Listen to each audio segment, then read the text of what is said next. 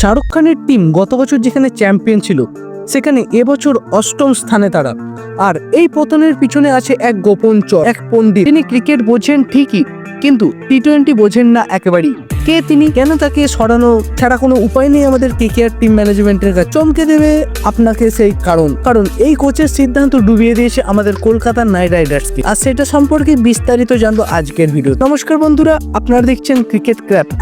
আজকের এই ভিডিওটি হতে চলেছে একেবারে অন্যরকম। আজ আমরা জানবো কেন কলকাতা নাইট রাইডার্স এবার ভেঙে পড়লো আর কারা দায়ী সেই পতনের জন্য। বিশ্লেষণ করো প্লেয়ারদের পারফরমেন্স, কোচিং কন্ট্রোভার্সি আর পরের আইপিএল এর রিভিউ স্ট্র্যাটেজি। তাহলে চলুন বন্ধুরা শুরু করা যাক। 2024-এ আমাদের কেকেআর দল ছিল চ্যাম্পিয়ন, আর 2025-এ তাদের স্থান হচ্ছে অষ্টম, অর্থাৎ চ্যাম্পিয়ন টু অষ্টম স্থান। পতনের পরিসংখ্যান ঠিক এক বছর আগে এই সময় আমাদের কেকেআর ছিল ট্রফি জয়ের বিজয়ী, আর আজ পয়েন্টস টেবিলে তাদের অষ্টম স্থানে স্থান হয়েছে। শেষ ম্যাচে হায়দ্রাবাদের কাছে তারা 110 রানে হেরে যায়, যে হায়দ্রাবাদকে গত বছর ফাইনালে 113 রানে উড়িয়ে দিয়েছিল কলকাতা নাইট রাইডার। দলের সর্বোচ্চ স্কোরার এবছরে আজিঙ্ক্য রাহানে, তিনি 13টি ম্যাচে 390 রান করেছেন। একজন এমন ব্যাটসম্যান যার খেলার ধরন টি-20-তে মানায় না। সর্বোচ্চ উইকেট টেকার হিসাবে নাম রয়েছে বৈভব আরোরার, যিনি প্রতি ওভারে 10-এর বেশি রান দিয়েছেন এবং উইকেট পেয়েছেন মোটামুটি ভাবে অন্য বোলারদের তুলনায় বেশি। এমন বাজে পারফরমেন্স মানে কোথাও একটা স্ট্র্যাটেজিক গলদ ছিল, আর সেখানে আমরা নাম খুঁজে পাই একজনের। তিনি হলেন চন্দ্রকান্ত পণ্ডিত, যাকে রঞ্জির দ্রোণাচার্য বলা হয়। মুম্বাই, বিদর্ভ, মধ্যপ্রদেশ সব জিতেছে ওনার কোচিংই। কিন্তু আইপিএল এর মতো টি-20-তে যেখানে গতির খেলা, ঝুঁকির খেলা, আধুনিক ডেটার খেলা, সেখানে চন্দ্রকান্ত পণ্ডিত পুরোপুরি ভাবে ব্যাট। পণ্ডিত সাহেব খেলেন বুড়ো খেলোয়াড়দের নিয়ে, নতুনদের সরিয়ে ইনফর্ম প্লেয়ারদের বসিয়ে শ্রেয়াস আইয়ার, ফিল সল্ট এই নামগুলোকে সরিয়ে দিয়েছেন তিনি নিজের প্রিয়দের জায়গা দেবেন বলে। এমনকি তার কোচিং স্টাইলে বহু প্লেয়ার প্রকাশ্যে আপত্তি জানিয়েছে। আশুতোষ শর্মা তো সরাসরি তাকে এলিগেশনে দিয়ে বসিয়েছেন যে চন্দ্রকান্ত পণ্ডিত আমার কেরিয়ার শেষ করে দিয়েছে, আর তার জন্যই আজকে আমার এই অবস্থা।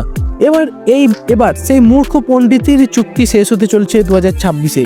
চূড়ান্ত সিদ্ধান্ত নেবে টিম ম্যানেজমেন্ট। তবে জোর গুঞ্জন, পরবর্তী কোচ হতে চলেছেন অভিষেক নায়ার। দলের সঙ্গে বহুদিন ধরে যুক্ত, গম্ভীরের সাথে কাজ করেছেন তিনি, জাতীয় দলে কাজ করার অভিজ্ঞতাও আছে তার। তাহলে বন্ধুরা, এখন একটাই প্রশ্ন, এই সিদ্ধান্ত কি আমাদের কেকেআর দলকে ফিরিয়ে দিতে পারবে সেই পুরনো গৌরব? চন্দ্রকান্ত পণ্ডিতের মতনই কোচিং এ ভুল করে যাবে অভিষেক নায়ার? সেটাই এখন দেখার। আপনার কি মতবাদ, কি হওয়া উচিত কেকেআর এর পরবর্তী মৌসুমের জন্য স্ট্র্যাটেজি, সেটা অবশ্যই কমেন্টে জানিয়ে দিন। আর চন্দ্রকান্ত পণ্ডিত কি থাকবেন নাকি সরিয়ে দেওয়া হবে তাকে টিম ম্যানেজমেন্ট থেকে?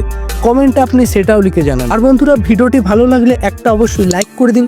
আর আরো ইনসাইড ক্রিকেটের রিলেটেড ভিডিও পেতে অবশ্যই আমাদের চ্যানেলটি সাবস্ক্রাইব করে পাশে থাকা বেল আইকনটি প্রেস করে দিন। তাহলে আমরা কেকেআর রিলেটেড কোনো আপডেট আপনার কাছে নোটিফিকেশন চলে যাবে।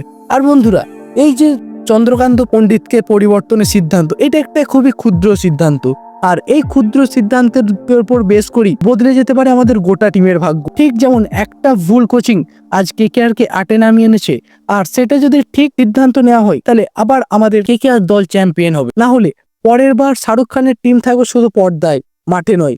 তাহলে বন্ধুরা, আজকের জন্য এই বন্ধুই, দেখা হবে পরের ভিডিওতে। ততক্ষণের জন্য সুস্থ থাকুন, ক্রিকেটকে ভালোবাসুন। ক্রিকেট রিলেটেড আপডেট পেতে ডেসক্রিপশন বক্সে থাকা লিঙ্কে ক্লিক করে আমাদের টেলিগ্রাম চ্যানেল, হোয়াটসঅ্যাপ চ্যানেল